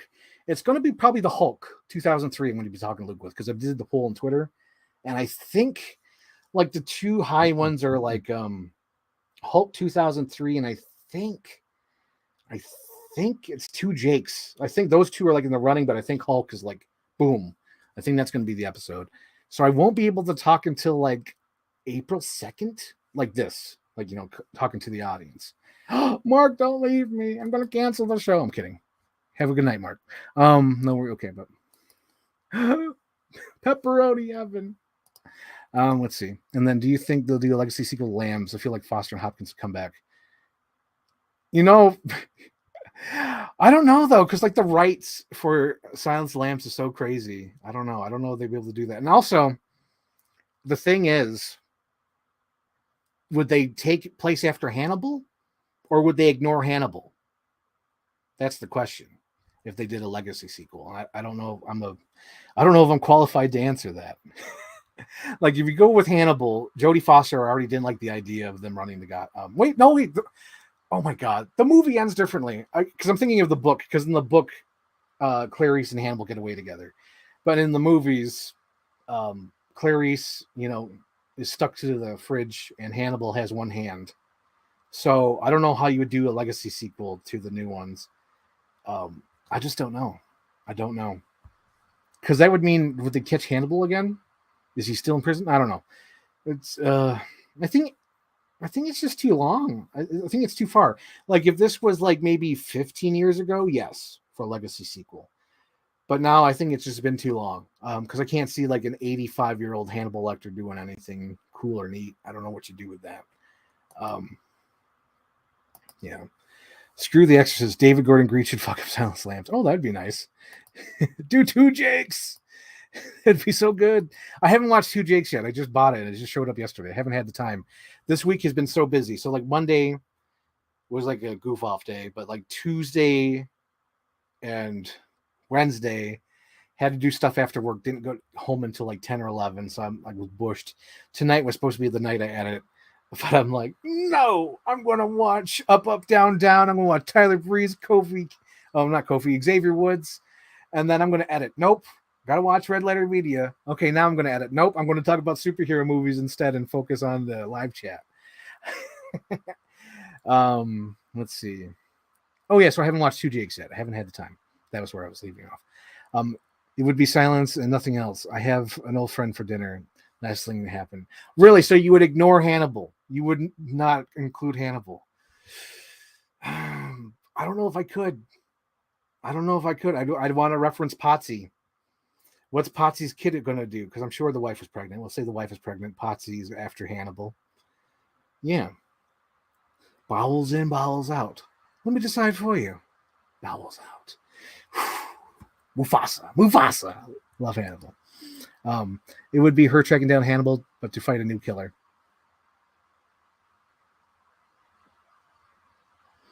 I don't know. I'd have to sit on this one because I don't. Maybe a copycat. There you go. I think that would be interesting. So there's a copycat Hannibal Lecter. He's doing Hannibal Lecter stuff, and Hannibal Lecter's like, bruh. And he towards the third so you'd follow them, right? So there's a copycat killer of Hannibal, right? And then both Hannibal and Clarice are doing their investigation. And then, dude, okay, so they track him down, right? They track the killer down to a place, right? Like a mall or an open court. And they're tracking him down, and then the killer turns a corner or whatever.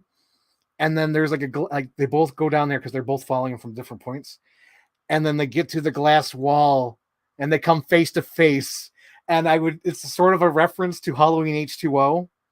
That'd be so cool. And that's the first time Clarice and Hannibal are aware that they're both investigating this copycat Hannibal killer. And they look at each other in face to face, and like Hannibal does the head turn.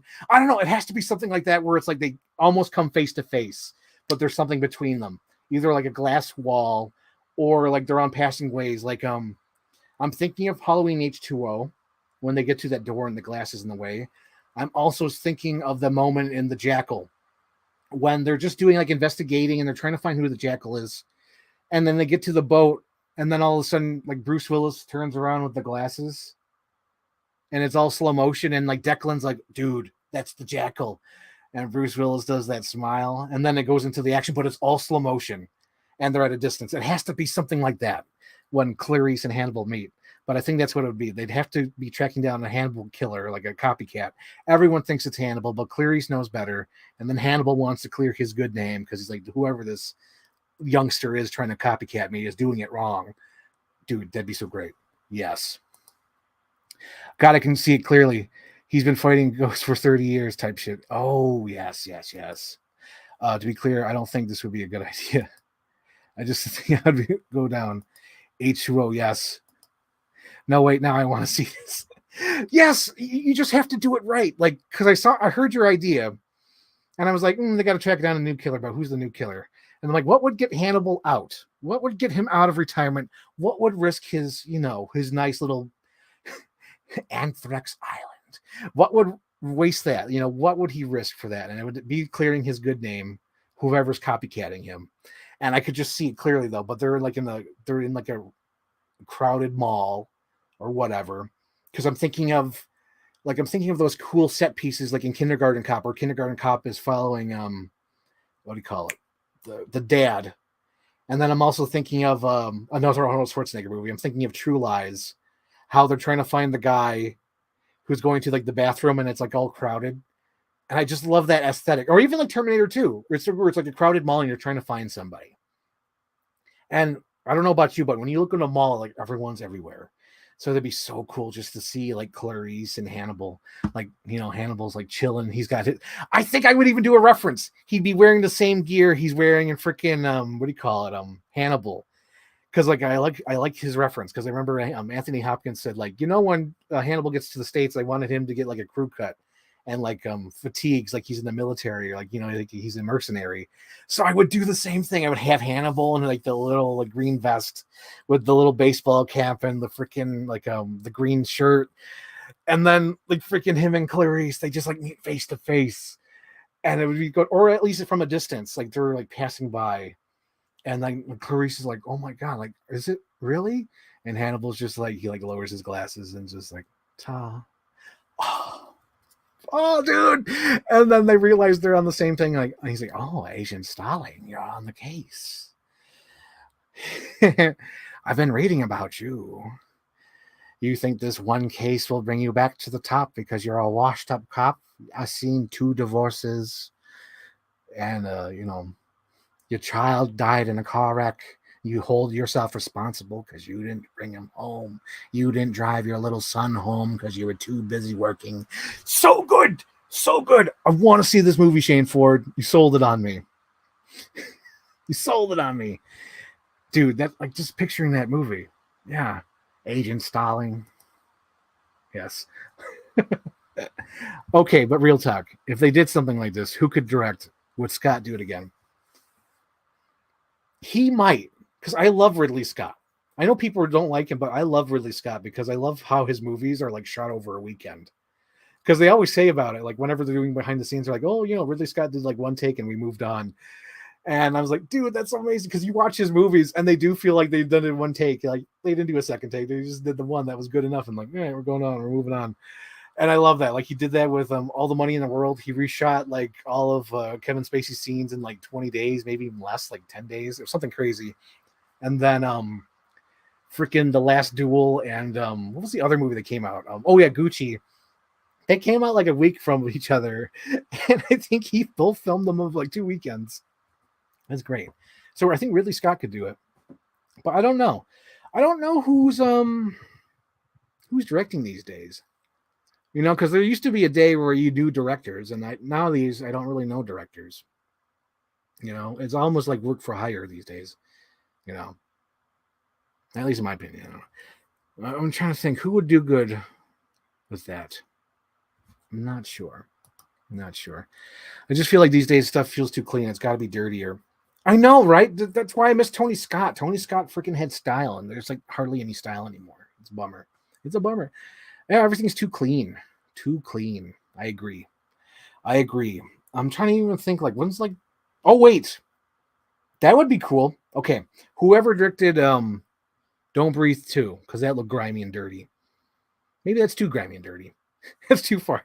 Like we're trying to find a good medium. Like it can't be too clean, like a Renfield or freaking Red Sparrow, something like that, where it's too clean. It can't be too clean, and you can't go too gritty. Like Don't Breathe. It's got to be somewhere in the middle. I was gonna even say like even the movie Crawl, but I think Crawl goes to the extreme. It has to be down the middle. Like who has style? Maybe whoever directed Columbiana. Whoever did that, I don't know who did that. What else is out there? I don't know. It has to be someone who could like do good camera moves and whatnot. I'm trying to think who does good action. I'm not sure. But yeah. Anyone else out there? Or is it just Shane? Who else is watching? I'm gonna check my Facebook again. Got one viewer still. Refresh. We have one viewer on Facebook. Okay.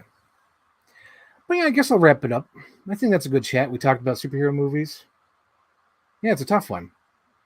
Because like Shane, who directs stuff anymore? Who directs stuff? They don't stand out anymore. But anyway, I think that's a good way to wrap it up. We got like 4 viewers out there. So whoever's out there, thank you for watching. I think I'm going to wrap it up. We had a good chat. We talked about superhero movies.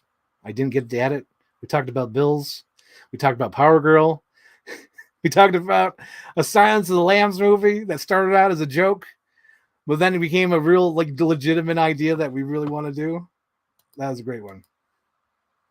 That is the question. Like, who directs anymore? Like, honestly, like, I know it's like I'm not shitting on anybody, but like, you know, there used to be names. There used to be names to when people directed. There used to be like a Tony Scott. There used to be a Ridley Scott. There used to be a name, and now there's not many names anymore. There used to be Spielberg's. Like I feel like the Sam Mendes, Christopher Nolan, Christopher McQuarrie. Maybe Christopher McQuarrie. No, wait. Dude, I know Shane. I know who could do it. Get the guy who did Tron Legacy. Yes. Because I feel like if he just made it a little bit dirtier, that'd be good. And he did Maverick. He did Oblivion. He has a style. And if he just put like a little dirt on it, a little smudge, I think we could do that. Ty West. Ty West, that is interesting. I could see him like Ty West, yes. Ty West, that would be good. For those who don't know, Ty West did freaking X and Pearl, and those are fantastic. Dude, Maxine starts filming next month. I'm so hyped. I'm back to hype about movies again. It's wonderful. Okay, wrapping up. Okay, we had a good discussion today. And now I can't get the thought of a Hannibal sequel out of my mind. Where we're skipping Hannibal, we're ignoring Hannibal. As if Anthony watches this later, which I doubt. Common sense for the win. He'll get it. Thank you guys for watching. This has been a lot of fun. I got to charge my camera for this weekend, for sure. But now I can't stop thinking of this Hannibal idea. And I got to remind myself, Frank, if you're watching this later, send the link to Mark. Both links. Psyched for Maxine, yes. Okay, wrapping up. I got to get to bed. Probably watch some Red Letter Media. Probably have some snack. Okay. Take care, everybody. I'm going to end broadcast.